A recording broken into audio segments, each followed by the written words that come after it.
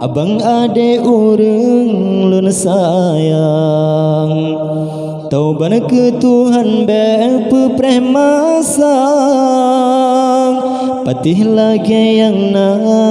ajaran bejir getanyongan dengan syaitan letan pemuda yang mumang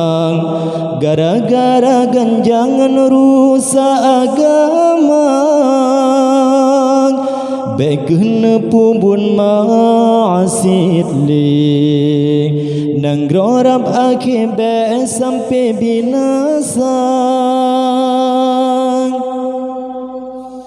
God agama menyogan pemuda hancur agama hancur pemuda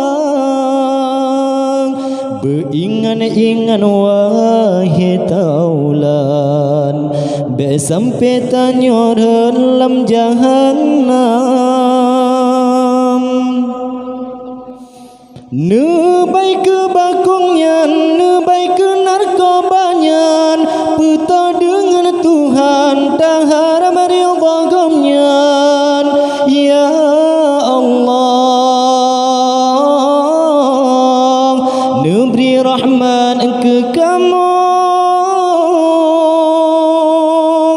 tak tuntun ilmu yang agama bagi ke pemuda tak taubat ke bersigra bela leng bekulale hairakan abang ade urang lun sayang tauban ke Tuhan bepe premasang patih lagi yang na ajaran bejir getanyongan dengan syaitan letan pemuda yang mumang gara-gara ganjangan rusak agama bekena pubun ma'asid li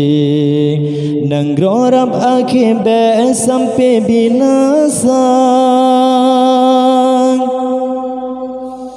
God agama menyogan pemuda hancur agama hancur pemuda beringan-ingan wahai taulan be sampai tanya dalam jahannam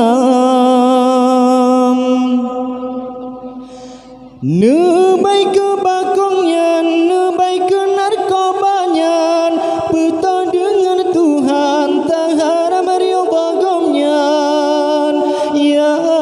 Allah ne beri rahmat ke kamu tak tuntun ilmu